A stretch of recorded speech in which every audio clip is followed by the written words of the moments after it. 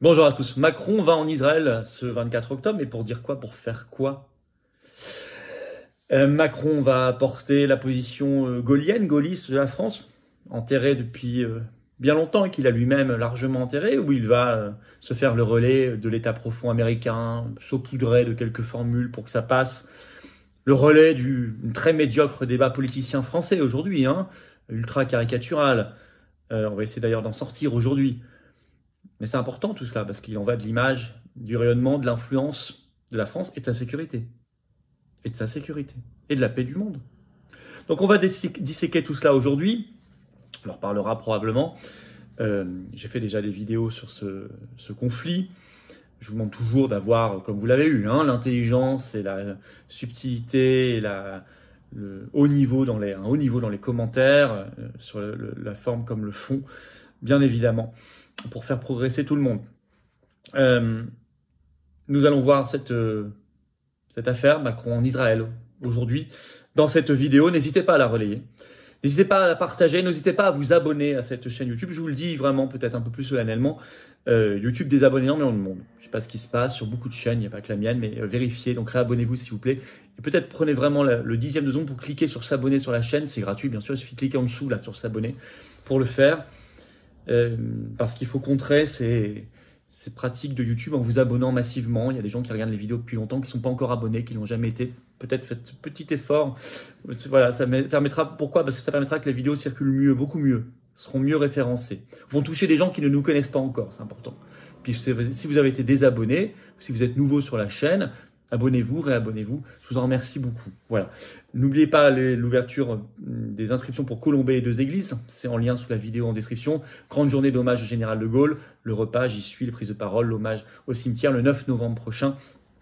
Inscrivez-vous dès maintenant. Et puis, vous trouverez également en lien sous la vidéo en description notre pétition nationale qui cartonne pour le rassemblement des souverainistes sincères, authentiques pour les élections européennes de 2024 et avant, pendant, après. Enfin, lisez la pétition si vous êtes d'accord, signez-la, partagez-la. Elle est en lien sous la vidéo en description, c'est extrêmement important. Stop aux égos, l'efficacité, la résistance, la vraie. Voilà. Écoutez, on y va tout de suite. Alors, Macron en Israël pour dire et pour faire quoi? C'est très suivi, c'est très sensible et il y a déjà eu un contexte avant lui. Alors, qu'est-ce qui se passe exactement? Donc, il y va ce 24 octobre à Tel Aviv, il va rencontrer le Premier ministre israélien Benjamin Netanyahou. Alors, il y va après Joe Biden, l'Allemand Scholz, l'Italienne Meloni, le Britannique Rishi Sunak, qui sont déjà allés.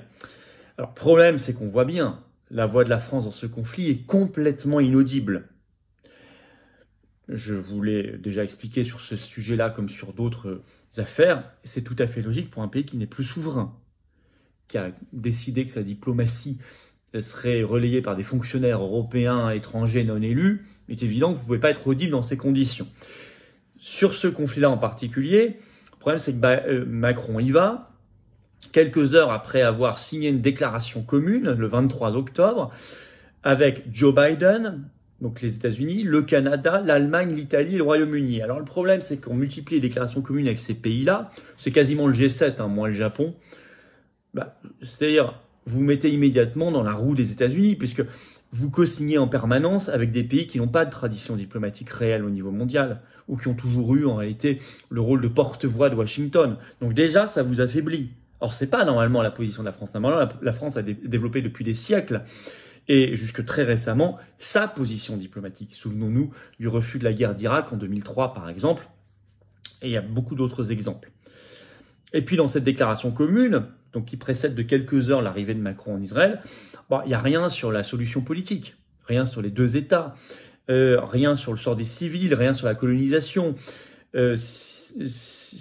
alors que l'ONU, c'est repris par une dépêche AFP de ce 21 octobre, a alerté sur la situation, je cite, catastrophique, désespérée à Gaza, et que, je cite, les bébés et les enfants meurent à un rythme alarmant. Et là, on se dit, mais pourquoi des bébés et des enfants doivent mourir? Quel rapport avec des exactions atroces de terroristes, du Hamas? Quel rapport? Pourquoi des bébés et des enfants devraient mourir? Vous voyez? Et ça, par exemple, cette question-là, ainsi que la question politique de moyen et long terme des deux États, n'est pas du tout dans ces déclarations communes. Donc, de fait, Ça affaiblit déjà Macron qui se met dans la roue de Washington. Et puis, des visites récentes affaiblissent cette visite de Macron. On pense à celle le 13 octobre de la présidente de la Commission européenne en Israël, Ursula von der Leyen, extrêmement critiquée. Elle a été très unilatérale, elle a été en fait complètement calquée sur la position de l'État profond américain, point barre. Plus récemment, le 22 octobre, la visite en Israël de la présidente de l'Assemblée nationale, Yael Braun-Pivet, extrêmement critiquée également, qui n'a pas arrangé les choses.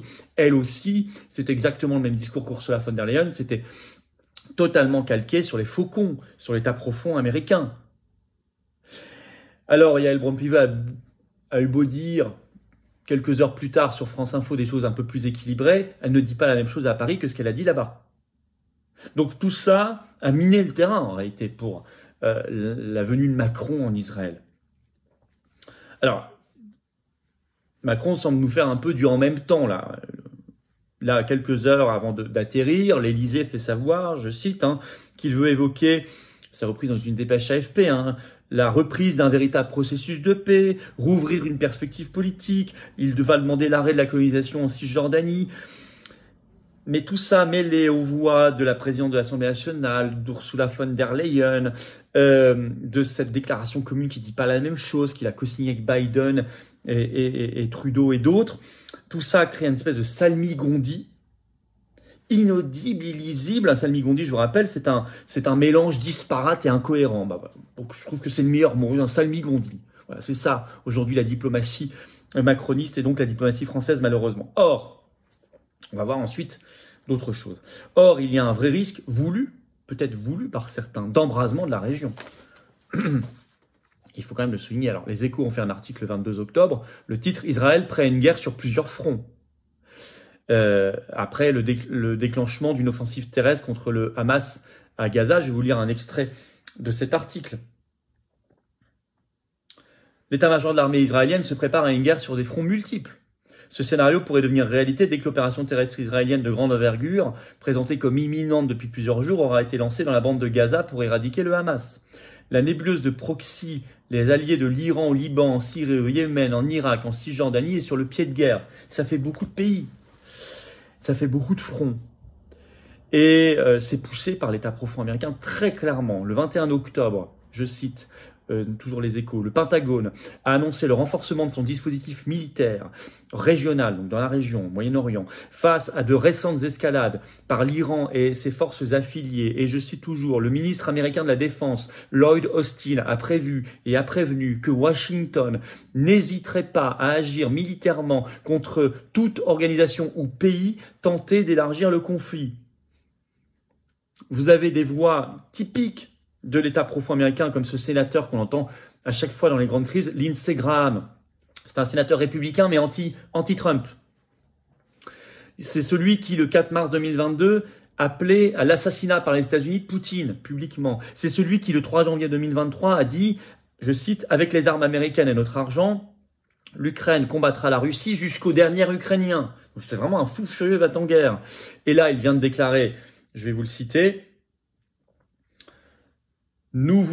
s'adressant à l'Iran, nous vous surveillons. Si cette guerre prend de l'ampleur, elle arrivera chez vous. Il n'y aura pas 2 fronts, il y en aura 3. Bon, vous savez que la guerre voulue contre l'Iran, ça fait des années, voire des décennies que les faucons américains la souhaitent.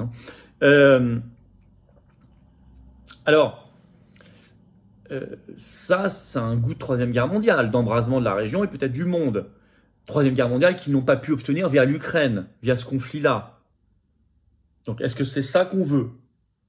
Est-ce qu'on veut aussi, éventuellement, 1 million de réfugiés palestiniens qui vont arriver en France? Parce que c'est ça, concrètement, derrière. Donc, on parle de choses concrètes et sérieuses, là. Or, l'embrasement, il a déjà commencé. Et alors que l'offensive terrestre d'Israël dans la bande de Gaza, elle n'a pas encore commencé. Il y a déjà des heurts au nord avec le Liban. Il y a déjà eu 2 aéroports de Syrie qui ont été bombardés.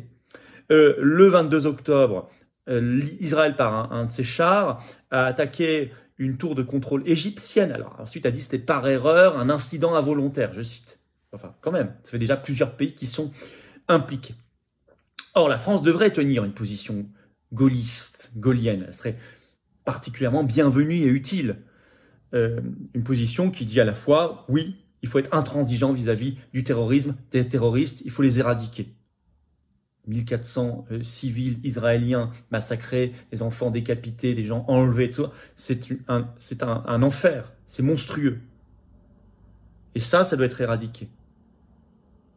Mais pas de massacre de civils. Je vous le disais, quel rapport entre des bébés, des enfants qui meurent en ce moment, énormément, des milliers déjà, dans la bande de Gaza, et les exactions du Hamas. Comment on peut justifier cela, cette horreur?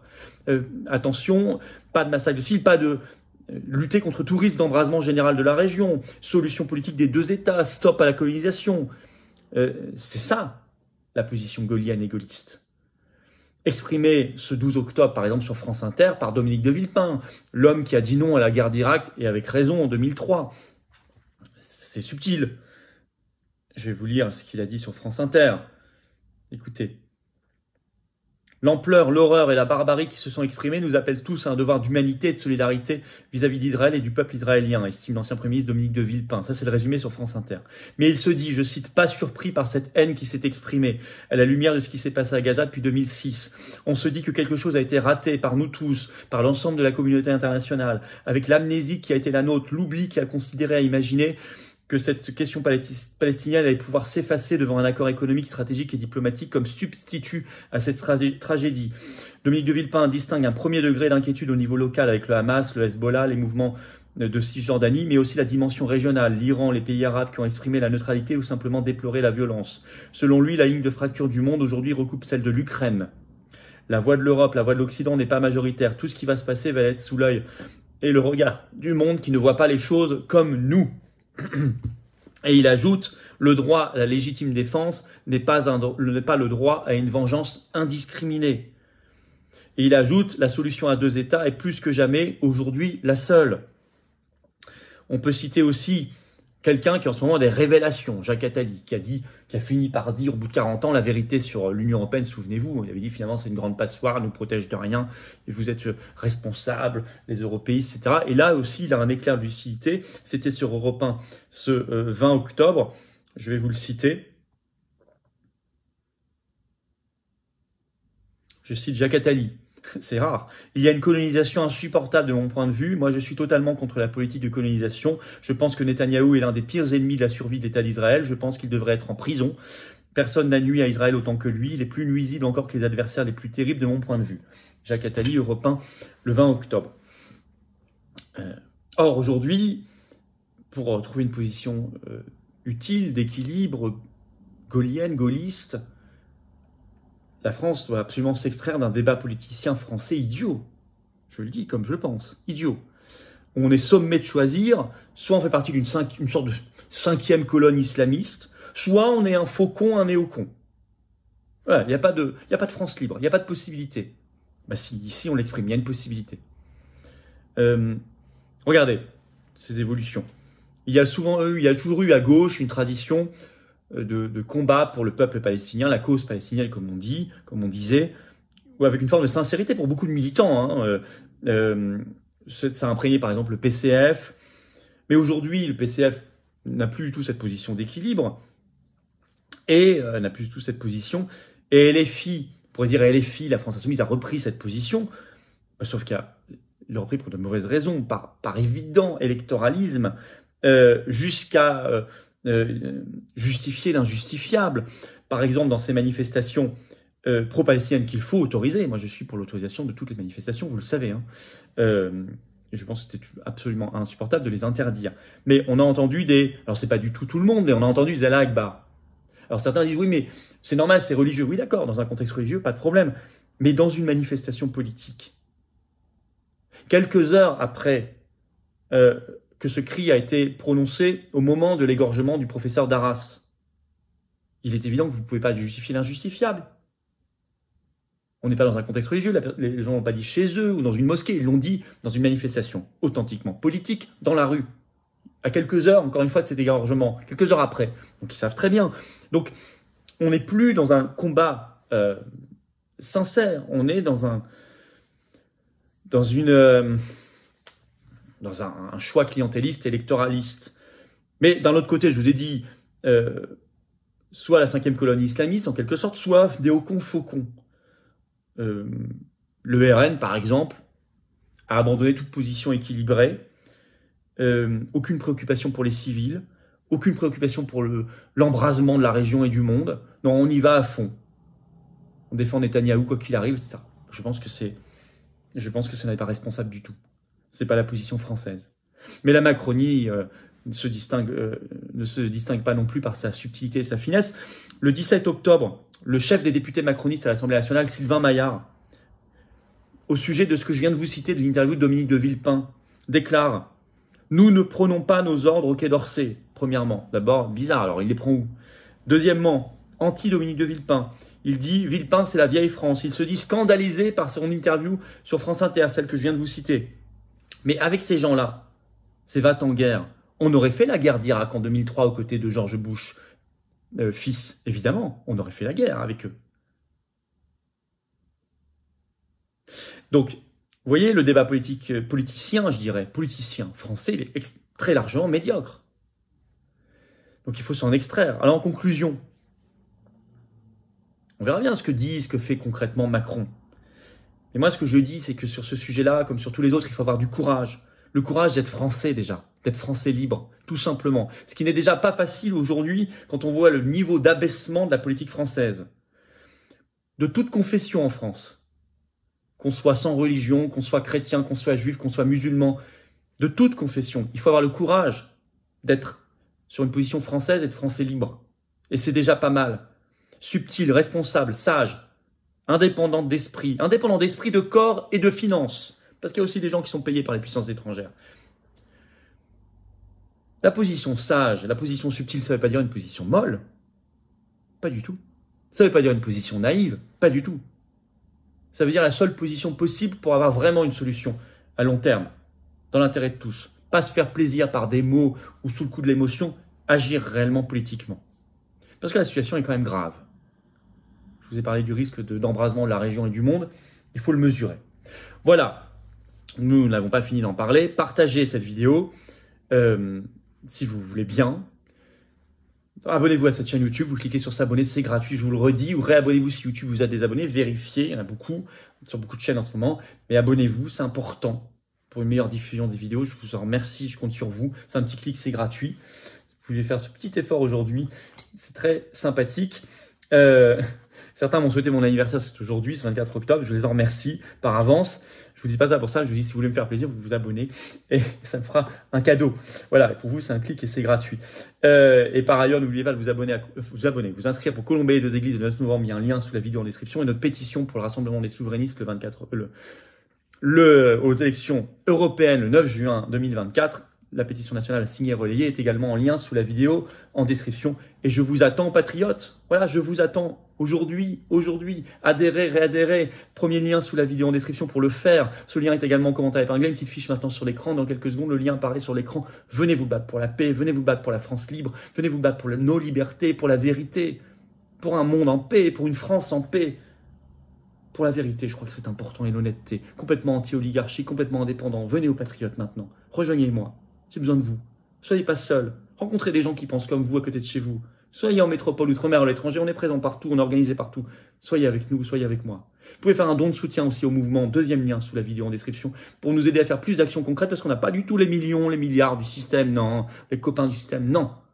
Mais on a la force des convictions, du cœur et du rassemblement et de l'action concrète. Faire un don, adhérer, réadhérer aux patriotes, c'est défiscaliser aux 2/3 de vos impôts. C'est une baisse concrète de vos impôts. Une baisse concrète de vos impôts, je le dis, le redis. Substantielle. Hein.